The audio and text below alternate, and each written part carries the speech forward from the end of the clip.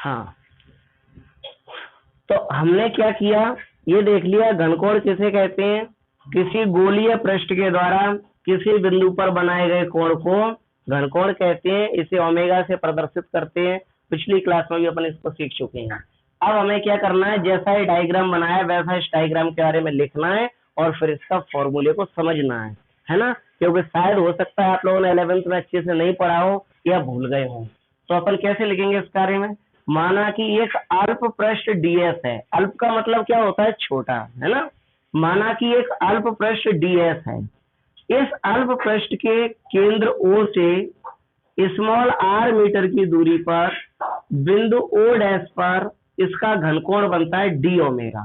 ऐसे लिखेंगे तो लिखो, माना कि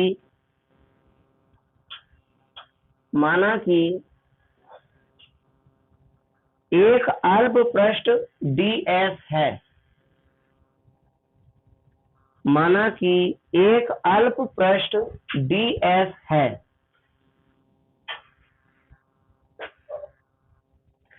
इस अल्प पृष्ठ के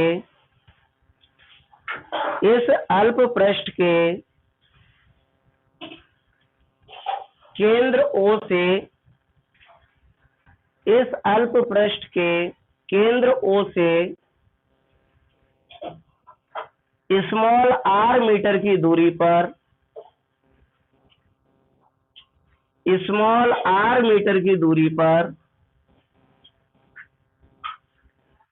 बिंदु O डैश पर, बेटा बोलो नहीं, माइक ऑफ करके रखो, कुछ काम हो तभी बोलें, बाद बाकी माइक ऑफ करके रखें।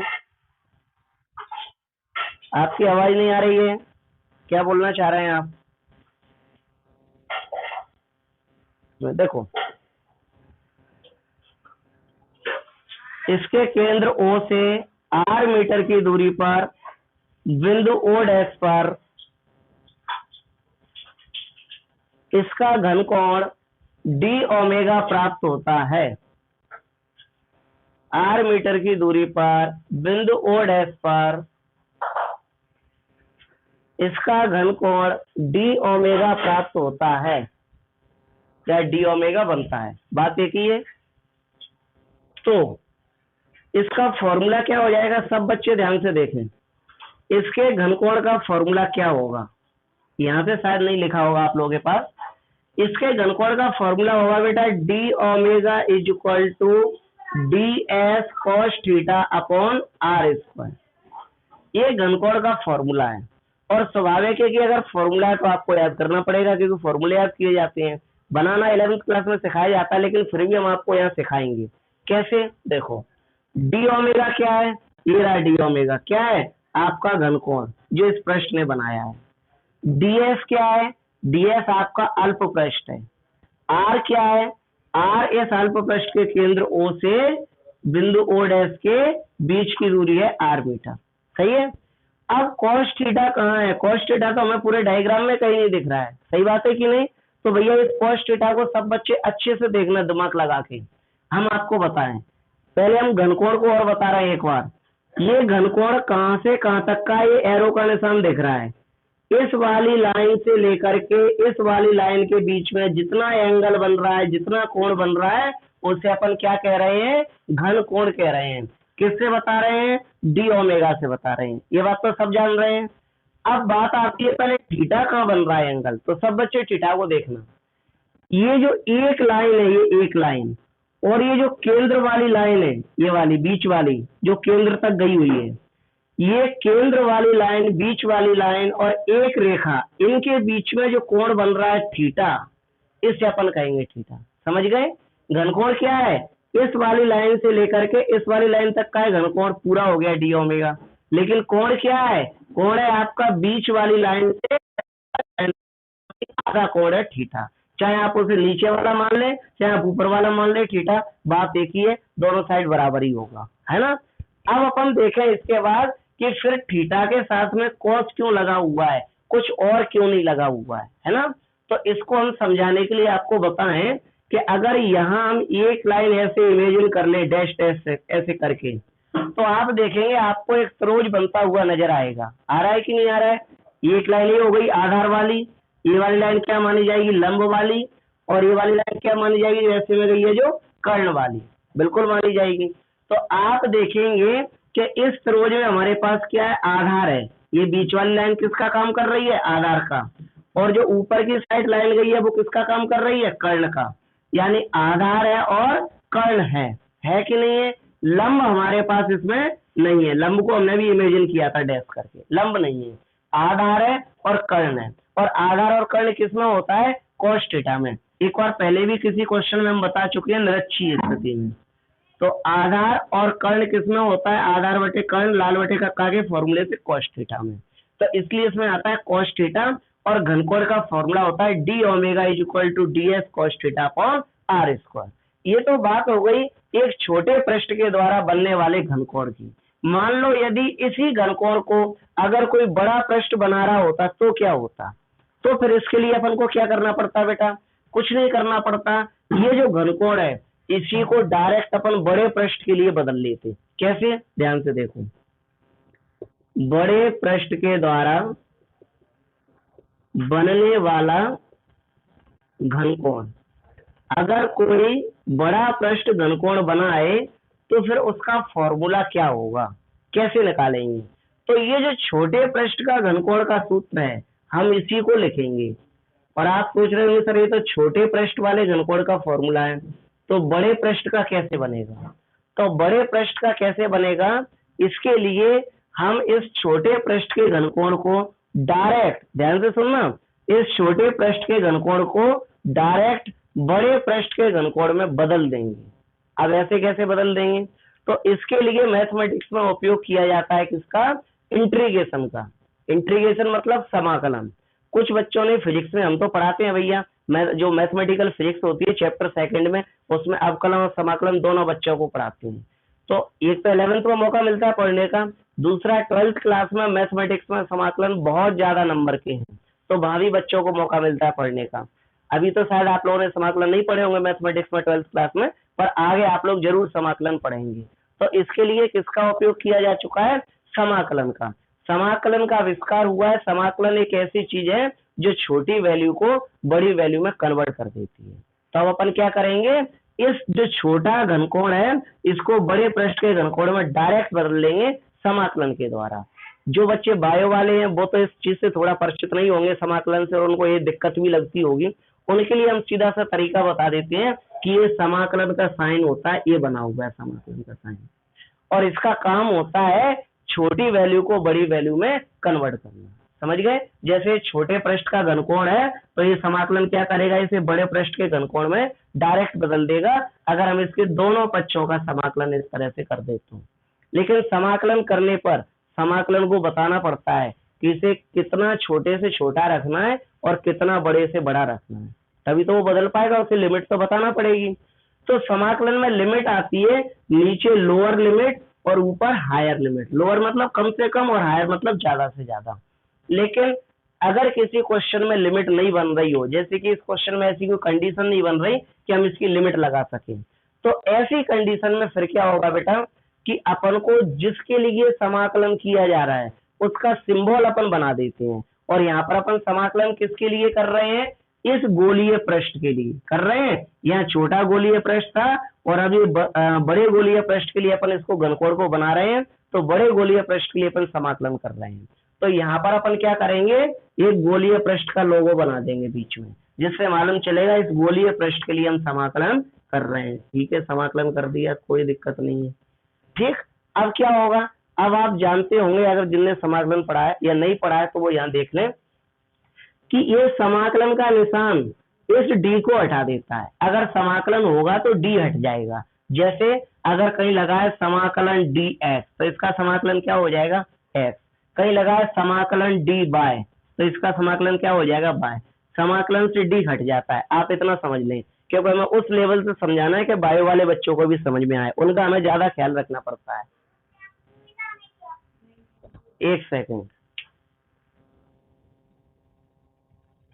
सही है। तो देखो, क्योंकि हमें टाइम का ध्यान रखना है बेटा, ऐसा क्यों, इसका मतलब आप यही समझ लें कि ये इंटीग्रेशन डी के लिए ही आता है, समाकलन डी के लिए आता है और डी से वो समाकलन हट जाता है। झंझट में पढ़ोगे तो मैथमेटिक्स वाले भी आज तक उस समस्या को नहीं सुलझा पाए, अपन बायो वाले हैं, इसलिए अपन उसको यहीं तक रखें। फिर भी अगर कोई दिक्कत हो तो हमें बता देना, अभी तो आपकी आवाज नहीं आ रही है ना। तो बेटा क्या होगा, डी ओमेगा का इंटीग्रेशन इसी तरह से क्या हो जाएगा, ओमेगा। जैसे dx का होता है x, dy का इंटीग्रेशन होता है y, तो dz का इंटीग्रेशन z, और डी ओमेगा का इंटीग्रेशन क्या हो जाएगा, ओमेगा। तो इसी तरह से हमने डी ओमेगा का इंटीग्रेशन लिख दिया ओमेगा। इस साइड अपन इंटीग्रेशन नहीं कर सकते, कैसे, जैसे आप सोच रहे हो जैसे ds का s तो हो जाएगा, कर देंगे, लेकिन cos थीटा और r स्क्वायर इनका क्या होगा, एक का तो कर सकते, लेकिन cos थीटा और r स्क्वायर का क्या होगा। इसलिए इस साइड को अपन ऐसा की ऐसा रहने दो, ds cos theta upon r square, क्योंकि यहाँ तो ओमेगा अकेला था ना, तो इसलिए ओमेगा का ओमेगा आ गया, लेकिन इसका इंटीग्रेशन नहीं हो सकता क्योंकि इसमें तो cos थीटा और r स्क्वायर भी है, तो इसलिए इसको ऐसा की ऐसा रहने दिया। ये आपका घनकोण का फॉर्मूला बन गया, किसके लिए, किसी बड़े पृष्ठ के लिए। अब आप लोग जल्दी से इसे नोट कर ले बेटा, नहीं तो आज गोस्पर में नहीं हो पाएगी। सब बच्चे जल्दी से नोट करें, हमें टाइम का ध्यान रखना पड़ता है और कुछ नहीं है। जल्दी नोट करना बेटा, स्पीड में सब बच्चे फटाफट।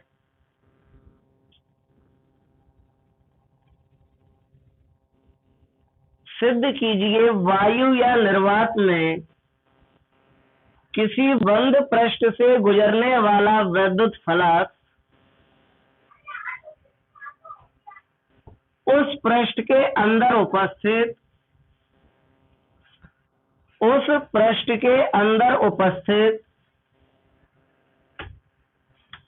कुल आवेश का उस पृष्ठ के अंदर उपस्थित कुल आवेश का 1/ε0, बोर्ड पे लिखा हुआ है, उस पृष्ठ के अंदर उपस्थित गुजरने वाले कुल आवेश का 1/ε0 गुना होता है, 1/ε0 गुना होता है।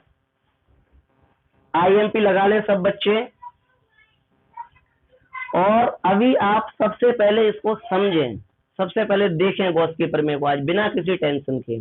और जिन बच्चों का भी घनकोण पर जो अपन ने पढ़ा है उस पर या गॉस की प्रमेय पर किसी पर भी कोई डाउट बनता है तो उसके लिए कल अपन फ्री हैं, आराम से आपके डाउट क्लियर करेंगे। क्योंकि आज अगर अपन बातों में उलझ गए तो टाइम की दिक्कत हो जाएगी, इसलिए फिर भी हम पूरा कोशिश करेंगे समझाने का। लेकिन जैसा ही कोई डाउट बनता है, चाहे वो घनकोण पर बना हो, जैसे अभी खुशी ने क्वेश्चन पूछा था, चाहे किसी और पर बना हो, आपके सारे डाउट क्लियर किए जाएंगे। आप इस बात से टेंशन फ्री रहें, बस थोड़ा सा टाइम को देख करके। कल अपन पूरा टाइम उसी को देंगे डाउट क्लियर करने के लिए, ठीक।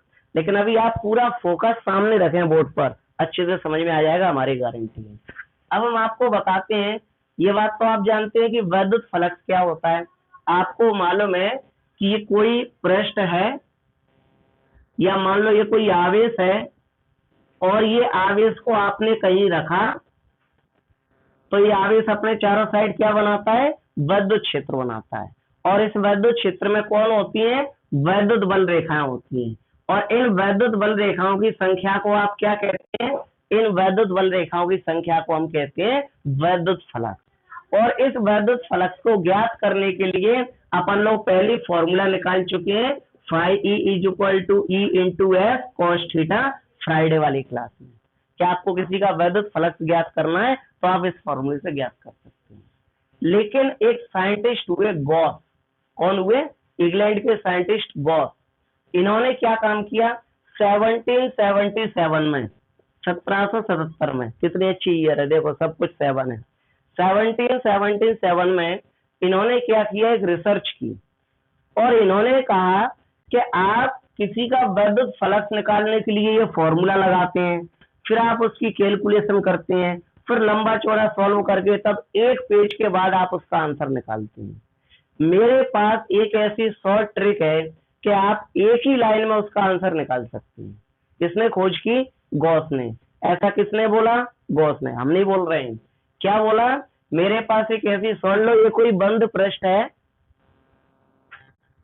और इस बंद पृष्ठ के अंदर आवेश रखा हुआ है Q। कितना आवेश रखा है, Q।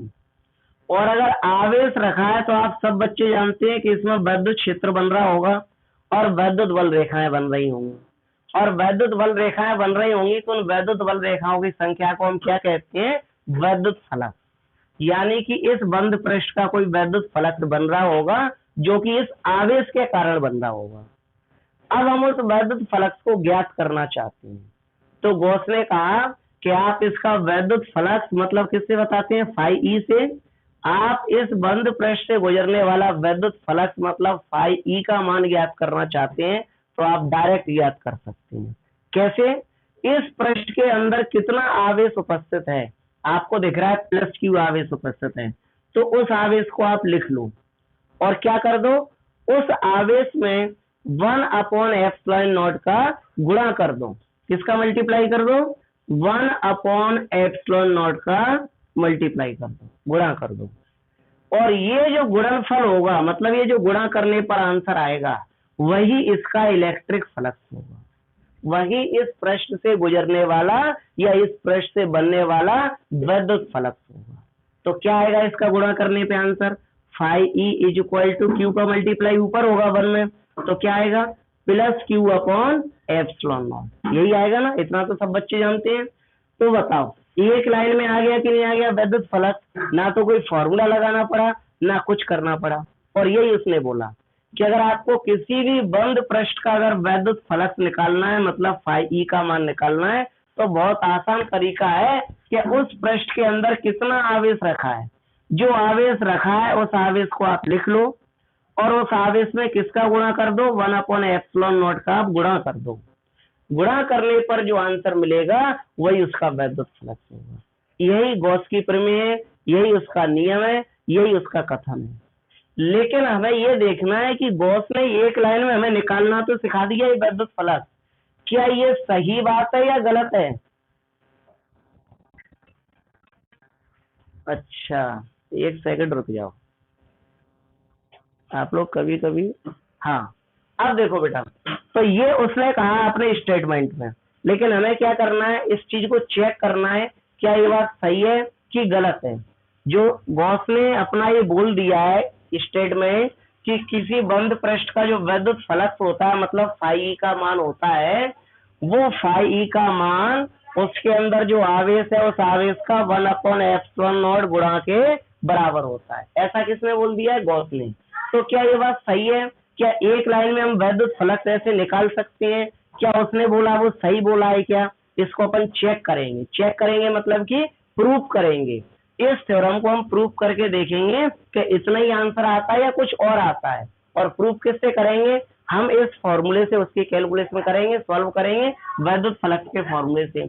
और अगर हमारा आंसर इतना ही आया तो समझ लो गॉस की प्रमेय सही है और हमने उसको प्रूफ कर लिया। और अगर आंसर हमारा इतना नहीं आया तो समझ लो गॉस की प्रमेय गलत है या फिर हम गलत है, हमने उसे प्रूफ नहीं कर पाया। तो सबसे पहले इसके बारे में थोड़ा सा 2-3 लाइन का इंट्रोडक्शन लिखेंगे जिसको याद करने की जरूरत नहीं होती है पर होशियार बच्चों के नॉलेज के लिए वो जरूरी होता है। सब बच्चे लिखना बेटा आंसर में। सन 1777 में 1777 सन 1777 में बोर्ड पे लिखा हुआ है, सन 1777 में इंग्लैंड के वैज्ञानिक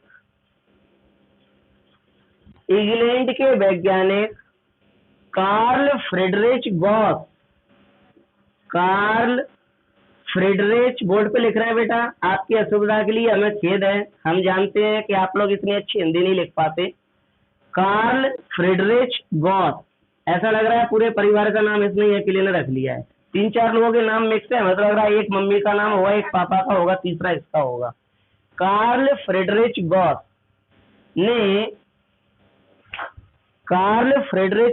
ने किसी बंद पृष्ठ से गुजरने वाले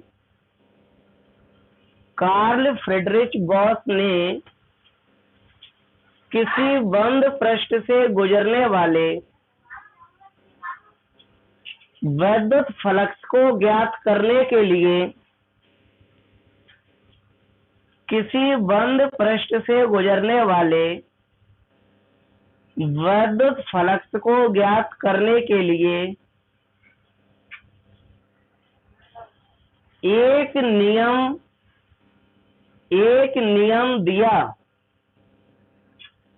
एक नियम दिया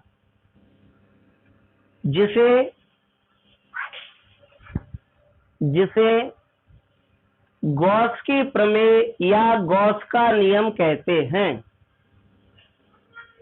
जिसे गॉस की प्रमेय या गॉस का नियम कहते हैं। कंप्लीट। ये तो हुई आपकी बेसिक नॉलेज की बात, बच्चे को पता होना चाहिए ना गॉस की प्रमेय या गॉस का नियम दिया किसने था, उन महाशय का पूरा नाम क्या था, कहाँ के रहने वाले थे, कौन सी सन में दिया था। जिन बच्चों को आगे साइंटिस्ट बनना है तो उनको तो पता ही होना चाहिए कम से कम। तो हमने पूरा डिटेल आपको लिखवा दिया 2 लाइन में। अब हम क्या करेंगे, इस किसी भी प्रमेय को जब करते हैं तो उसका पहले स्टेटमेंट लिखते हैं कि प्रमेय में कहा क्या गया है, उसका कथन लिखते हैं। स्टेटमेंट का मतलब होता है कथन, है ना। करने का तरीका होता है, आप किसी भी आंसर को जितना अच्छे तरीके से करेंगे, नियम से करेंगे, आपको पूरे में से पूरे नंबर मिलेंगे। और किसी भी चीज को लिखा भले ही पूरा है पर ऐसे ही लिख दिया तो नंबर नहीं मिल पाएंगे, है ना। अपन को चाहिए पूरे में से पूरे नंबर। तो सबसे पहले आप लोग हेडिंग बनाओ कथन, यानी कि स्टेटमेंट। इस प्रमेय का कथन क्या है ना। सब बच्चे हेडिंग बनाए कथन, हेडिंग बना ली। अब सब बच्चे रिज्वाइन करके वापस आ जाएं, फिर अपन जिससे इसको करेंगे, जिससे आपकी क्लास में कोई डिस्टर्ब ना हो बीच में। सब बच्चे लिखें पहले स्टेटमेंट में। कथन में लिखना बेटा, गॉस की प्रमेय के अनुसार, गॉस की प्रमेय के अनुसार वायु या निर्वात में, गॉस की प्रमेय के अनुसार वायु या निर्वात में किसी बंद पृष्ठ से गुजरने वाला, किसी बंद पृष्ठ से गुजरने वाला वैद्युत फलक, किसी बंद पृष्ठ से गुजरने वाला वैद्युत फलक उस पृष्ठ के अंदर उपस्थित आवेश, उस पृष्ठ के अंदर उपस्थित आवेश का, उस पृष्ठ के अंदर उपस्थित आवेश का 1/ε0 गुना, बोर्ड पे लिखा है 1/ε0 गुना होता है, 1/ε0 गुना होता है। आप लोग स्टेटमेंट की बिल्कुल चिंता न करें, आपको याद हो जाएगा, सब कुछ याद होगा, नो टेंशन रहें हमें। दूसरी बात, ये स्टेटमेंट हमने आपको क्वेश्चन में भी लिखवा के रखा है, एक में तीसरे नंबर पे जो अथवा लगा हुआ है उसमें आप देख रहे हैं कि यही स्टेटमेंट लिखा हुआ है सेम टू सेम। ऐसा क्यों? एक बार 2014 में ये गॉस की प्रमेय अपने स्टेटमेंट से भी पूछी जा चुकी है। पूरा स्टेटमेंट लगभग 3 लाइन का उन्होंने पेपर में छाप दिया और बोला इसे सिद्ध करें। उसमें कहीं भी गॉस शब्द नहीं लिखा है, पूरे स्टेटमेंट में कहीं नहीं लिखा है। ये लिखा गया सिद्ध कीजिए वायु या निर्वात में किसी बंद पृष्ठ से गुजरने वाला वैद्युत फलक उस पृष्ठ के अंदर उपस्थित आवेश का 1/ε0 गुना होता है। ये प्रूफ करने के लिए दे दिया। इस पूरे स्टेटमेंट में क्वेश्चन में कहीं भी गॉस शब्द तो नहीं लिखा है।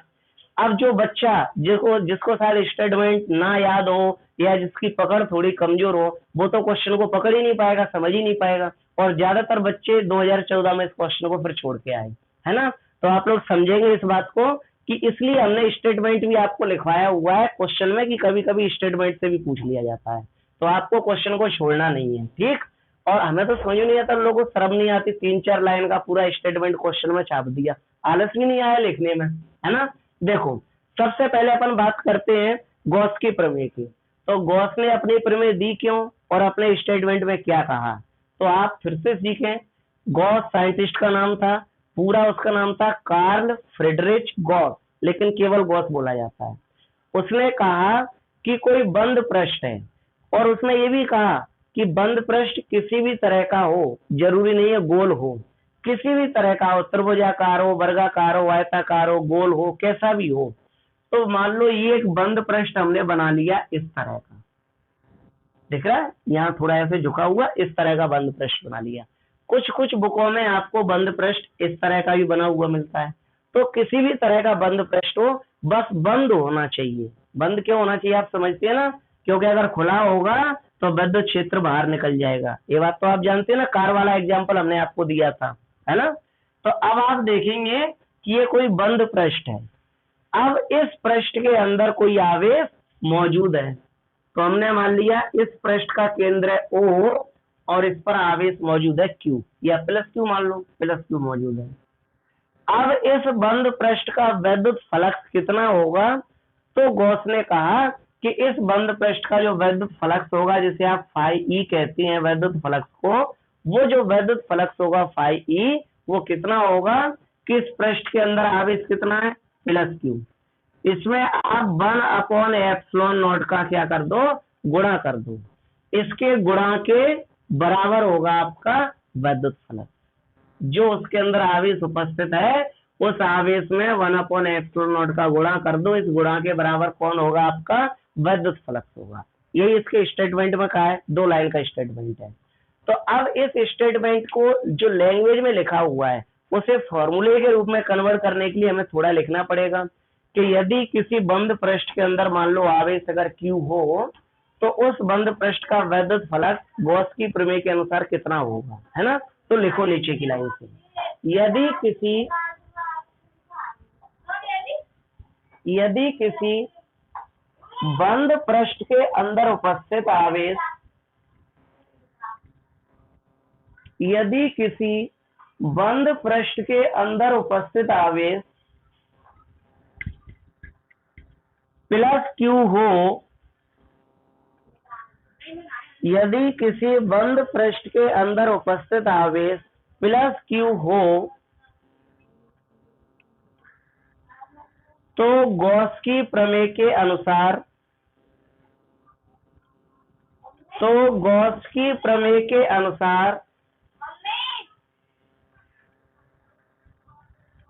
उस पृष्ठ से गुजरने वाला, तो गॉस की प्रमेय के अनुसार उस पृष्ठ से गुजरने वाला कुल विद्युत फ्लक्स, तो गॉस की प्रमेय के अनुसार उस पृष्ठ से गुजरने वाला कुल विद्युत फ्लक्स कितना हो जाएगा, phi E is equal to, आवेश लिखेंगे प्लस Q इंटू कितना होता है प्रमेय के अनुसार, 1/एप्सिलॉन नॉट, गुना, गुना मतलब कि गुणा, तो गुणा लगा दिया। सॉल्व करेंगे तो क्या आ जाएगा, phi E is equal to plus Q का मल्टीप्लाई 1 में होगा तो प्लस Q/एप्सिलॉन नॉट। यही हो जाएगा गॉस की प्रमेय के अनुसार। आप केवल ये दोनों लाइनें नोट कर लें बेटा जल्दी से फटाफट। Phi E is equal to Q into 1/एप्सिलॉन नॉट, या phi E is equal to plus Q/एप्सिलॉन नॉट। बात देखिए, कर ली दोनों लाइन नोट। अब हम क्या करेंगे, ये हमने गॉस की प्रमेय का कथन लिख लिया और उसे समझ लिया कि अगर किसी पृष्ठ का आवेश Q हो, तो इस कथन के अनुसार उसका जो विद्युत फ्लक्स बनेगा वो Q/एप्सिलॉन नॉट बनेगा। अब हमें क्या करना है, इस गॉस की प्रमेय को प्रूव करना है कि जो गॉस ने कहा है वो सही कहा है कि नहीं, इतना ही विद्युत फ्लक्स बनता है कि नहीं। तो प्रूव करने के लिए अब अपन इस प्रमेय की लिखेंगे उत्पत्ति। क्या लिखेंगे, उत्पत्ति। उत्पत्ति, सब बच्चे हेडिंग बना ले, उत्पत्ति, जल्दी से सब बच्चे हेडिंग बनाए, उत्पत्ति। कई जगह ये व्युत्पत्ति भी लिखा मिलता है, तो बात एक ही है, उत्पत्ति। अब सबसे पहले हम देखेंगे कि हमें इसके लिए डायग्राम बनाना पड़ेगा गॉस की प्रमेय को सिद्ध करने के लिए, जिस तरह से जरूरत है डायग्राम की वैसे।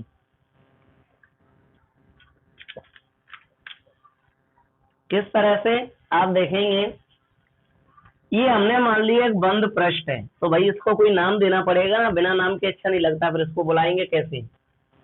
तो हमने नाम दे दिया S। इस बंद पृष्ठ का नाम क्या है, S क्यों दिया, S मतलब सरफेस, सरफेस यानी कि पृष्ठ, तो इसका नाम है S। ये बंद पृष्ठ है। इस, आप ध्यान से समझना सब बच्चे, इस बंद पृष्ठ के अंदर इसका केंद्र क्या है, O है, और इसके केंद्र O पर क्या रखा है, प्लस क्यू आवेश रखा है, और आप सब बच्चे जानते हैं कि अगर प्लस क्यू आवेश रखा है तो इस आवेश का क्या बन रहा होगा, बद्ध क्षेत्र बन रहा होगा। तो हम क्या करेंगे, पहले ये देखेंगे कि आवेश बद्ध क्षेत्र बना कितना रहा है, या बद्ध क्षेत्र की तीव्रता बना कितनी रहा है, कहाँ देखेंगे। तो हमने मान लिया कि इसका केंद्र O है, इसके सामने एक बिंदु मान लो P। क्या मान लिया, बिंदु P। ये रहा बिंदु P। जरूरी है यही माने, इधर मान लो P, इधर मान लो, इधर मान लो। अगर आपको यहाँ मानने में कोई तकलीफ होती तो आप कहीं भी मान सकते हैं, पर इसके पृष्ठ पर ही मानना है। कहाँ पर मानना है, पृष्ठ पर, ना पृष्ठ के अंदर ना बाहर, बाउंड्री लाइन पर बिल्कुल। ठीक, ये बिंदु P है। इस बिंदु P पर आप क्या करेंगे, बद्ध क्षेत्र की तीव्रता ज्ञात करेंगे कि ये प्लस क्यू आवेश कितना बद्ध क्षेत्र या फिर बद्ध क्षेत्र की तीव्रता बना रहा है। ठीक, तो पहले हमें देख लें कि ये बिंदु P जो हमने माना है वो प्लस क्यू आवेश से कितनी दूरी पर है। तो हमने मान लिया कि प्लस क्यू आवेश से ये r मीटर की दूरी पर है बिंदु P, क्योंकि आप लोग जानते हैं कि बद्ध क्षेत्र में या बद्ध क्षेत्र की तीव्रता में दूरी का बहुत बड़ा रोल होता है। दूरी ज्यादा होगी तो तीव्रता कम बनेगी, और दूरी कम होगी तो तीव्रता ज्यादा बनेगी। तो हमने मान लिया कि ये प्लस क्यू आवेश से r मीटर की दूरी पर ये बिंदु P है, और इस बिंदु P पर हम बद्ध क्षेत्र की तीव्रता ज्ञात करना चाहते हैं। लेकिन उस बद्ध क्षेत्र की तीव्रता की दिशा क्या होगी, दिशा को समझना। तो आप जानते हैं प्लस क्यू आवेश ये रहा, बिंदु P इस साइड है जिस पर आप तीव्रता ज्ञात करना चाहते हैं। तो तीव्रता की दिशा किधर को होगी भैया, इधर कोई तो होगी। ये मान लो बद्ध क्षेत्र की तीव्रता की दिशा है E, क्योंकि तीव्रता को P पर ज्ञात करना है, और P के अनुसार दिशा इधर कोई होगी सीधी सामने, क्योंकि प्लस क्यू आवेश से बिंदु P इसी साइड तो है। अगर बिंदु P यहाँ लेते तो तीव्रता की दिशा नीचे की ओर हो जाती। ठीक है, तो अपन क्या करेंगे, यह इसके बारे में, डायग्राम के बारे में पहले अपन को लिखना पड़ेगा। कैसे, माना कि S एक बंद पृष्ठ है जिसका केंद्र O है, इस पर प्लस क्यू आवेश रखा है, इससे स्मॉल r मीटर की दूरी पर एक बिंदु P है जो इसी के पृष्ठ पर है, और इस बिंदु P पर हम बद्ध क्षेत्र की तीव्रता मतलब E का मान लिखना चाहते हैं। ठीक, ऐसा क्यों, क्योंकि बद्ध क्षेत्र की तीव्रता जब निकाल लेंगे तो उसी से बद्ध फ्लक्स बनेगा। आपको पता है बद्ध फ्लक्स का formula, phi E is equal to E into S cos theta, पता है। तो अगर आप बद्ध फ्लक्स निकालना चाहते हैं तो आपके पास E का मान होना चाहिए, बद्ध क्षेत्र की तीव्रता होना चाहिए। इसलिए अपन पहले बद्ध क्षेत्र की तीव्रता की तैयारी कर रहे हैं। तो अब आप लोग हेडिंग उत्पत्ति बना ली। अब इसमें यहां से लिखे डैश करके, माना कि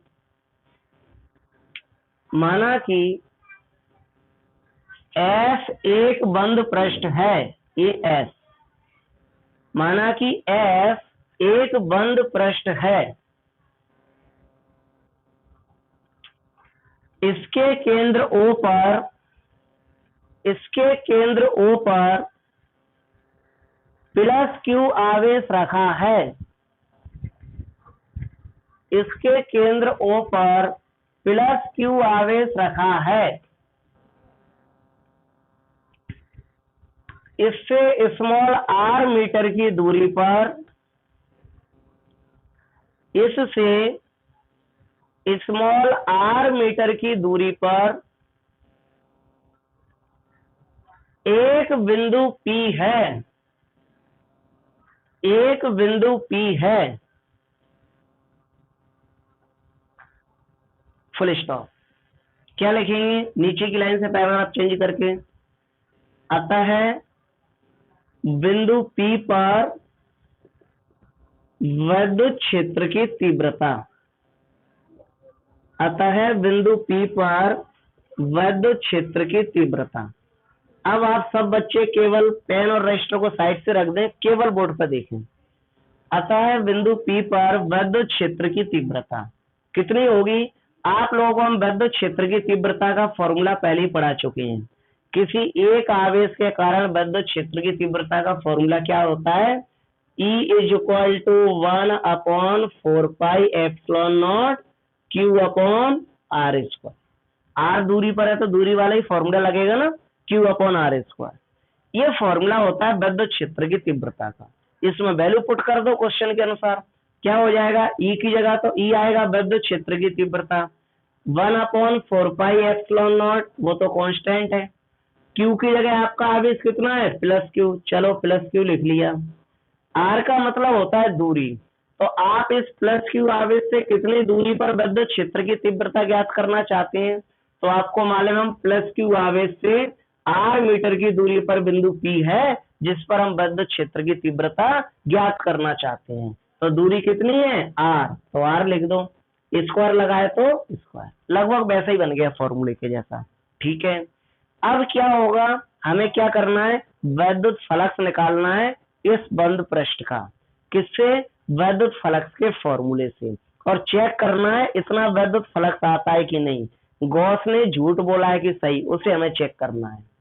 लेकिन हम आपको बता दें, यहाँ से स्टार्टिंग होती है एक चीज की, कि अगर आप किसी चीज का प्रैक्टिकल करना चाह रहे हैं, किसी चीज को चेक करना चाह रहे हैं, टेस्ट करना चाह रहे हैं, तो सबसे पहले उसे छोटे लेवल पर चेक करेंगे, और जब हम छोटे लेवल पर टेस्ट करके पास हो जाएंगे, सक्सेस हो जाएंगे, तब हम उसे बड़े लेवल पर चेक करते हैं। सही बात है। तो आप यहाँ देखेंगे कि ये जो पृष्ठ एस है वो एक बड़ा पृष्ठ है, इसलिए हमने इसको एस से बताया है।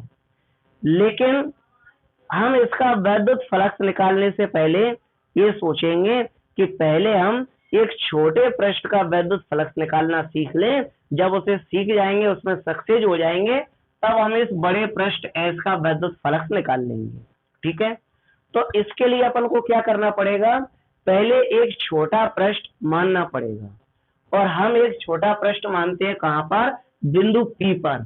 क्यों भाई बिंदु पी पर छोटा पृष्ठ क्यों मान रहे हैं, क्योंकि हम बिंदु पी पर पहले ही विद्युत क्षेत्र की तीव्रता निकाल चुके हैं, जिससे फिर हमें उस छोटे पृष्ठ के लिए अलग से विद्युत क्षेत्र की तीव्रता ना निकालना पड़े। इसलिए अपन बिंदु पी पर एक छोटे पृष्ठ की कल्पना करते हैं। ठीक, तो ध्यान से देखो हम कैसा बनाएंगे छोटा पृष्ठ।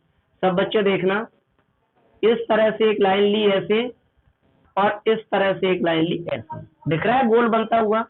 हमने एक पृष्ठ ले लिया इस तरह से, कहां पर लिया है, बिंदु पी पर। बिंदु पी लगभग उसके केंद्र में आ गया है ना।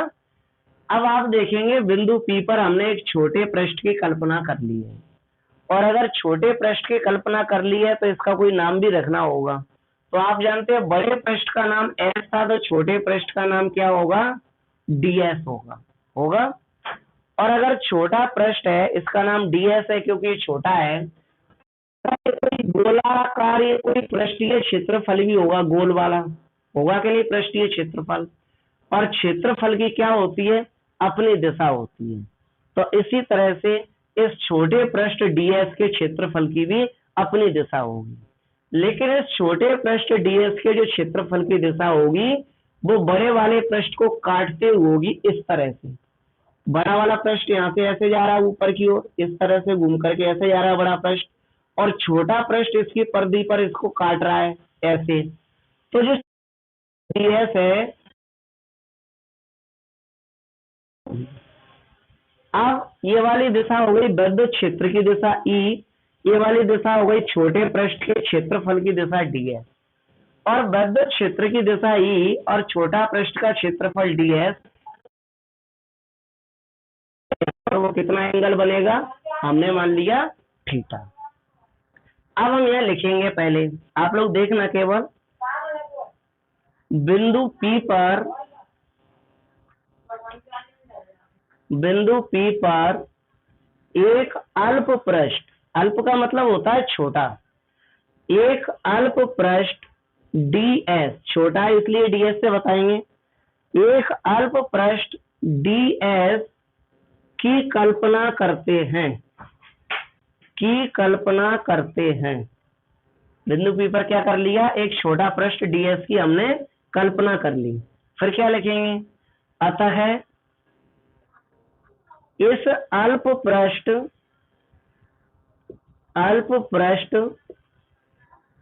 डीएस से गुजरने वाला,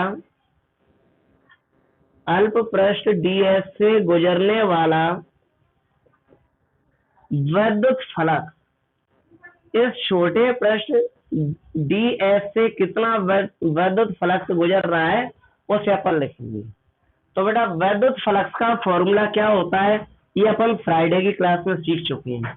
क्या होता है विद्युत फ्लक्स का formula, phi E is equal to E into S cos theta. बिल्कुल सही बात है कि नहीं, ये विद्युत फ्लक्स का फॉर्मूला होता है। अब हमने ये भी बताया था आपको कि ई का मतलब है विद्युत क्षेत्र की तीव्रता, एस का मतलब है आपका पृष्ठ और थीटा होता है आपका विद्युत क्षेत्र की तीव्रता ई और पृष्ठ की दिशा, इन दोनों दिशाओं के बीच में बनने वाला कोण होता है थीटा। बताया था उस दिन, डिटेल में बता दिया था। तो अब आप यहाँ देखेंगे कि आज हमारा पृष्ठ जो अभी हम ले रहे हैं प्रेजेंट में, वो कौन सा ले रहे हैं, छोटा पृष्ठ। और यहाँ लिखा भी हमने, इस अल्प पृष्ठ डीएस से गुजरने वाला विद्युत फ्लक्स। अभी हम विद्युत फ्लक्स किसका निकाल रहे हैं, पहले छोटे पृष्ठ डीएस का निकाल रहे हैं। जब सक्सेस हो जाएंगे तो बड़े पृष्ठ एस का निकाल लेंगे। तो अभी हम छोटे पृष्ठ डीएस का निकाल रहे हैं, तो आप लोग बताओ हमें यहाँ एस की जगह क्या लिखना चाहिए, डीएस लिखना चाहिए, क्योंकि हम डीएस का विद्युत फ्लक्स निकाल रहे हैं। कॉस थीटा की जगह कॉस थीटा, ये तो वही रहेगी विद्युत क्षेत्र की तीव्रता। लेकिन आप जानते हैं कि जब आपका पृष्ठ छोटा है, डीएस है, तो उससे जो बनने वाला विद्युत फ्लक्स होगा फाई ई, वो भी तो छोटा होगा। अगर छोटा पृष्ठ है तो विद्युत फ्लक्स भी कम बनाएगा, छोटा बनाएगा। तो फाई ई के साथ में भी क्या लग जाएगा, डी लग जाएगा। यानी D phi E is equal to E into D S cos theta. E का मान आपके पास पहले से हम निकाल चुके हैं। यहाँ से ई का मान यहाँ ई की जगह पे हम रख देंगे। तो कैसे लिखेंगे, ई का मान रखने पर, ठीक है। अगर आपको और थोड़ा बहुत सिंपल चाहिए तो हम ऐसे भी लिख सकते हैं, इसको समीकरण 1 बना दो और लिख देते हैं समीकरण 1 से, आप तो ज्यादा अच्छे से समझ में आ जाएगा। ई का मान रखने पर अब कैसे रखेंगे, ध्यान से देखो, D phi E is equal to, E की जगह ई का मान रखो समीकरण 1 से, कितना है 1/4 pi epsilon naught plus Q upon R square. DS की जगह पे डीएस, कॉस थीटा की जगह पे कॉस थीटा। सही है, केवल ई की जगह ई लिख दिया, डीएस की जगह डीएस लिख दिया, कॉस थीटा की जगह कॉस थीटा लिख दिया। हमने क्या कर दिया है, ई का मान रख दिया है। ठीक है भैया, कोई दिक्कत नहीं। अब क्या करेंगे, अब ध्यान से समझना कॉन्सेप्ट वाली बात। D phi E is equal to 1/4 pi epsilon naught plus Q तो वही रखा है, आर स्क्वायर को इसके नीचे से खिसका दिया और इसके नीचे से खिसका के कहाँ ले गए, डीएस कॉस थीटा के नीचे ले गए। कहाँ ले गए, डीएस कॉस थीटा के नीचे ले गए, आर स्क्वायर को खिसका के। इंटू में था तो आर स्क्वायर को यहाँ लिखो या यहाँ लिखो, बात तो एक ही है। मैथमेटिक्स के नियम के आधार पर हम आर स्क्वायर को यहाँ से यहाँ ले जा सकते हैं। लेकिन बात यह है कि ले क्यों गए, यहाँ पे क्या बेकार लग रहा था वो रखा हुआ। हम आर स्क्वायर को प्लस क्यू के नीचे से हटा के इसके नीचे क्यों ले गए, इसके पीछे क्या वजह है, क्या बेकार लग रहा था यहाँ वो, नहीं, इसलिए ले गए हम इसको यहाँ पर कि अब आपको ये फॉर्मूला बनता हुआ नजर आ रहा होगा कि नहीं। और अगर जिन्होंने अभी सही से पढ़ा है 5 मिनट पहले, वो समझ गए होंगे कि फॉर्मूला होता है किसका, घन कोण का। हम साइड से लिख भी देते हैं, अभी सिखाया है हमने, घन कोण का फॉर्मूला होता है। और देखो डीएस है तो छोटा पृष्ठ इस घनकोण को बना रहा होगा, छोटे पृष्ठ के घनकोण का फॉर्मूला है, किससे बताएंगे, डी ओमेगा से बताएंगे, जिसका फॉर्मूला है D S cos theta upon R square. आप अपने रजिस्टर में पेज पलट के देख सकते हैं, जस्ट अभी हमने आपको लिखवाया आधे घंटे पहले। तो क्या हो जाएगा, D phi E is equal to 1/4 pi epsilon naught plus Q, ये फॉर्मूला बन रहा है DS cos theta upon R square. किसका फॉर्मूला होता है, घन कोण का, और डीएस है इसलिए छोटे घन कोण का फॉर्मूला होता है डी ओमेगा का। होता है कि नहीं होता है, ठीक है। तो आर स्क्वायर को हम ये दिखाने के लिए कि फॉर्मूला बन रहा है, अगर आर स्क्वायर इसके नीचे चला जाए तो फॉर्मूला बन जाएगा, इसलिए हम आर स्क्वायर को यहाँ से यहाँ ले गए थे इसके नीचे, जिससे आपको क्लियर समझ में आ सके कि ये फॉर्मूला बन गया आर स्क्वायर से। अब क्या होगा, अब होगा ये बेचारा क्यू तो बुरा मान जाएगा, आपने उसका आधा हिस्सा छीन लिया ना नीचे का, तो क्यू का मल्टीप्लाई 1 में कर दो, plus Q upon 4 pi epsilon naught, D omega की जगह डी ओमेगा। ठीक है, अब बात यह है कि हम छोटे पृष्ठ का वैद्युत फ्लक्स निकाल चुके हैं, D phi is equal to plus Q upon 4 pi epsilon naught D omega. ये हमारा आंसर आया है छोटे पृष्ठ के वैद्युत फ्लक्स का। लेकिन काम क्या करना है, बड़े पृष्ठ एस का वैद्युत फ्लक्स निकालना है। कैसे निकालेंगे, संपूर्ण पृष्ठ, संपूर्ण या फिर बड़ा भी लिख सकते हैं, संपूर्ण पृष्ठ एस से गुजरने वाला कुल वैद्युत फ्लक्स, कुल वैद्युत फ्लक्स कैसे निकालेंगे, ध्यान से देखो। अब आपको पता है कि ये छोटे पृष्ठ का वैद्युत फ्लक्स है और अब हम निकालना किसका चाहते हैं, बड़े पृष्ठ का वैद्युत फ्लक्स। तो कैसे निकालेंगे, पहले छोटे पृष्ठ के वैद्युत फ्लक्स को अपन लिख लेंगे, D phi E is equal to Q upon 4 pi epsilon naught into D omega. सही है, लेकिन ये तो छोटे पृष्ठ का वैद्युत फ्लक्स लिखा है हमने, हमें निकालना किसका है, बड़े पृष्ठ का वैद्युत फ्लक्स। तो कैसे निकालेंगे, ये जो हमारे पास छोटे पृष्ठ का वैद्युत फ्लक्स है इसी को हम डायरेक्ट बड़े पृष्ठ के वैद्युत फ्लक्स में बदल लेंगे। किसके द्वारा, जैसे भी हमने घनकोण में बताया था, समाकलन के द्वारा। तो क्या करना पड़ेगा, इसका दोनों साइड हमें समाकलन करना पड़ेगा। दोनों साइड कर दिया, ये समाकलन का निशान है बेटा, कीड़े जैसा। भाई वाले बच्चे समझ लें, कीड़े जैसा ये समाकलन का निशान है। आप लोगों की लाइफ में ये कभी नहीं आने वाला, लेकिन अभी फिजिक्स में तो सीखना पड़ेगा। तो ये समाकलन है, समाकलन कर दिया। समाकलन क्या करता है, किसी छोटी वैल्यू को बड़ी वैल्यू में बदल देता है। जैसे कि आपका ये छोटे पृष्ठ का वैद्युत फ्लक्स है, तो अब इसका समाकलन हो गया। अब ये समाकलन इसको बड़े पृष्ठ के वैद्युत फ्लक्स में बदल देगा। ठीक है, बदल देगा, लेकिन इसको बताना तो पड़ेगा कि कितने बड़े पृष्ठ के वैद्युत फ्लक्स में बदलना है, उसे कोई लिमिट तो बताना पड़ेगी। तो वैसे समाकलन में लिमिट लगती है, नीचे लोअर लिमिट कम से कम और ऊपर हायर लिमिट। लेकिन यहाँ कोई लिमिट नहीं बन रही है, लिमिट वाला क्वेश्चन आगे आएगा उसमें आप सीखेंगे। यहाँ कोई लिमिट नहीं बन रही है, इसलिए आप क्या करेंगे कि जिसके लिए समाकलन किया जा रहा है उसका सिंबल बना देंगे। तो समाकलन किसके लिए किया जा रहा है, इस बड़े पृष्ठ का वैद्युत फ्लक्स निकालने के लिए। बड़ा पृष्ठ एस है और बड़ा पृष्ठ आपका जो वैद्युत फ्लक्स इसका निकाल रहे हैं, बड़ा पृष्ठ कैसा दिख रहा है, लगभग गोल जैसा ही है। तो अपन उसका सिंबल बना देते हैं कि हम इस बड़े पृष्ठ का वैद्युत फ्लक्स निकालना चाहते हैं। अभी हमने बताया था कि समाकलन क्या करता है कि डी को हटा देता है, और समाकलन उसी का हो सकता है जिसमें डी लगा हो। अगर डी होगा नहीं तो हटाएगा किसको, इसलिए बिना डी वाले का समाकलन होता भी नहीं है। तो आप क्या करेंगे, अभी हम एक लाइन और लिखेंगे, D phi E is equal to Q upon 4 pi epsilon naught को इधर ले लो, और ये आप इसमें देखेंगे बेटा कि इसका भी डी हट जाएगा, ये डी लगा हुआ है, ये समाकलन से हट जाएगा। क्या बचेगा, ओनली ओमेगा बचेगा। ये तो अपन पिछले भी सीख चुके हैं घनकोण में। अब हम ये देख ले कि ओमेगा का मतलब होता है घनकोण। तो पहले तो हमारे आज के क्वेश्चन में घनकोण बन कहाँ पे रहा है, पहले तो हम घनकोण को देख लें। बस 1 मिनट का और बचा है लास्ट। तो आप देखेंगे ये छोटा पृष्ठ है और ये बड़ा पृष्ठ है, मैक्सिमम 1 मिनट लगेगा बेटा। और इधर के इस छोटे पृष्ठ से भी एक लाइन ऐसे निकालें, तो इस बड़े पृष्ठ के केंद्र ओ पर एक आपको घनकोण बनता हुआ नजर आएगा, जिसको हम किससे बताएंगे, क्यों, क्योंकि वो छोटा पृष्ठ इस घनकोण को बना रहा है, इसलिए अपन इस घनकोण को किससे बताएंगे, डी ओमेगा से। आज का डायग्राम थोड़ा छोटा बन गया है तो आप लोगों को क्लियर नहीं दिख रहा होगा, कल रिवीजन में हम इसका डायग्राम काफी बड़ा बना देंगे तो ज्यादा क्लियर दिखेगा। तो अपन इसको किससे बताएंगे, डी ओमेगा, क्योंकि छोटे पृष्ठ ने बनाया है इस घनकोण को।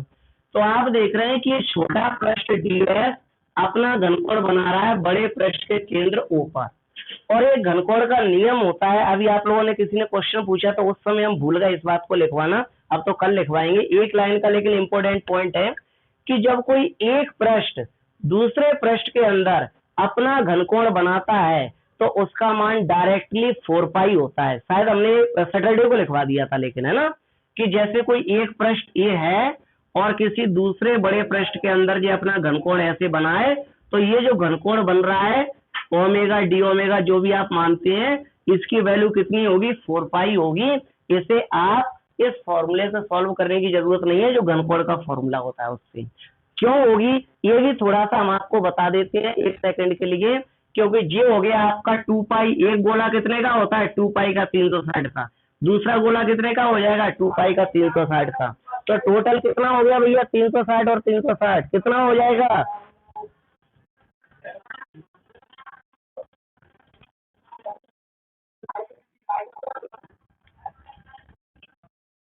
हाँ बिल्कुल सही है बेटा।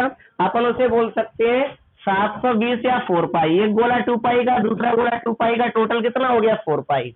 तो जब एक पृष्ठ दूसरे पृष्ठ के अंदर अपना घनकोण बनाता है तो उसका मान होता है 4 पाई। और यहाँ भी आपका ये छोटा पृष्ठ ds बड़े पृष्ठ s के अंदर अपना घनकोण बना रहा है, तो इस घनकोण का मान कितना होगा, 4 पाई होगा। हम लिख देते हैं, चूंकि omega is equal to 4 pi, तो क्या हो जाएगा बेटा, phi E is equal to Q upon 4 pi epsilon naught. Omega की जगह क्या आ जाएगा, ओमेगा की वैल्यू आ जाएगी। कितनी होती है ओमेगा की वैल्यू, अभी हमने बताया 4 पाई, ये लिखी हुई है। नीचे के 4 पाई से ऊपर का 4 पाई कट जाएगा, तो जब नीचे के 4 पाई से ऊपर का 4 पाई कट जाएगा तो क्या बचेगा, phi E is equal to Q upon epsilon naught. बचेगा कि नहीं, ऊपर का क्यू और नीचे का एप्सिलॉन नॉट। और यही हमें प्रूव करना थी, यही हमारी गॉस थ्योरम में लिखा हुआ था, और ये हमने प्रूव कर दिया। आज के लिए इतना काफी है। अगर किसी बच्चे के पास अभी टाइम हो पूछने के लिए तो आप लोग अपना डाउट अभी हमसे पूछ सकते हैं।